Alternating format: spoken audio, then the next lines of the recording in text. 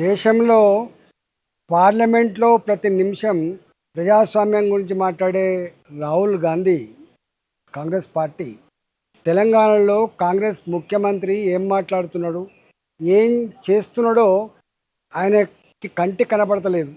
గత 4.5 సంవత్సరాలుగా టీఆర్ఎస్ ప్రభుత్వం అధికారం ఉన్న 2 సంవత్సరాలు, రేవంత్ రెడ్డి పాలిస్తున్న 2.5 సంవత్సరాలు, 4.5 సంవత్సరాలుగా 12-13 వేల కోట్ల రూపాయలు ఏ పేద విద్యార్థులైతే పెద్ద పెద్ద కాలేజీలలో చదివే వాళ్ళకు అన్న అవకాశం కలిగించిందో ఫీ రియంబర్స్మెంట్ చేయకపోవడం వల్ల పూర్తయిన విద్యార్థుల సర్టిఫికేట్లు రాక, ఫీజులు పే చేయలేక క్లాస్ రూమ్లలో నిలబడితే అవమాన భారంతో కుంగిపోయి ఆత్మహత్య చేసుకునే పరిస్థితి చూస్తూ ఉన్నాం.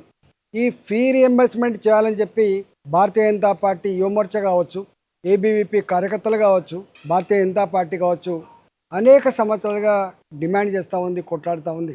అంతేకాకుండా ఫీ రియంబర్స్మెంట్ చేయకుండా ఆ కాలేజీలలో చదువుకునే విద్యార్థులని అవమానకరంగా మాట్లాడడం, వాళ్ళకు తెలివి లేదు, వాళ్ళకు కనీసం ఫామ్ కూడా నింపరాదు, వాళ్ళంతా మొద్దులు, శుద్ధ మొద్దులు అనే పద్ధతిలో రేవంత్ రెడ్డి చేసినటువంటి వ్యాఖ్య అయితే ఉందో ఇలా యావత్ విద్యార్థి లోకాన్ని, తెలంగాణలో ఉన్న యావత్ విద్యార్థి లోకాన్ని వాళ్ళకి కుంగతీస్తూ ఉంది.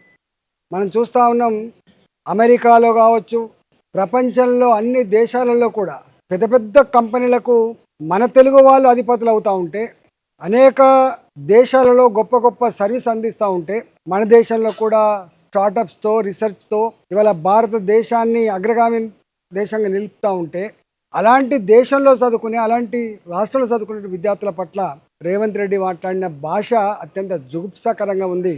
నీకు రాకపోవచ్చు చదువు, కానీ ఇలా విద్యార్థులు చదువు రాదనేటువంటి భావన, దీన్ని ఖండిస్తూ ఉన్నాం. దీని మీద తప్పకుండా విద్యార్థి లోకం సందర్భం వచ్చినప్పుడు నీకు ట్రీట్మెంట్ ఇవ్వక తప్పదని చెప్పి హెచ్చరిస్తూ ఉన్నాం.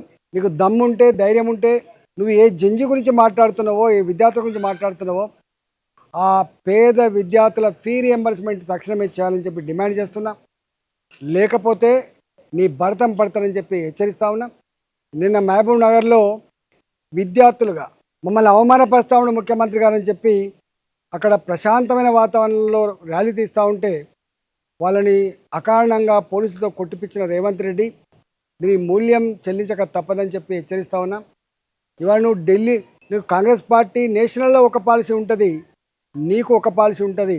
నీకు 2 నాలుకల ధోరణి, 2 పద్ధతులు తప్ప నీకు నిజాయితీ లేదు. ఇలా తెలంగాణలో తప్పకుండా జంజి విద్యార్థులు కావచ్చు, యువత కావచ్చు, రాబోయే కాలంలో నువ్వు చేస్తున్నటువంటి ఈ వ్యాఖ్యల మీద కావచ్చు, నువ్వు విద్యార్థుల పట్ల అవలంబిస్తున్న తీరు పట్ల కావచ్చు, నువ్వు మా ఫీ రియంబర్స్ కట్టకుండా మా పేద విద్యార్థి చదువుకు దూరం చేస్తున్న పద్ధతి మీద కావచ్చు, ఇవన్నిటి మీద తప్పకుండా పోరాటం ఉంటుందని చెప్పి కాచుకోమని చెప్పి రేవంత్ రెడ్డి హెచ్చరిస్తా ఉన్నా.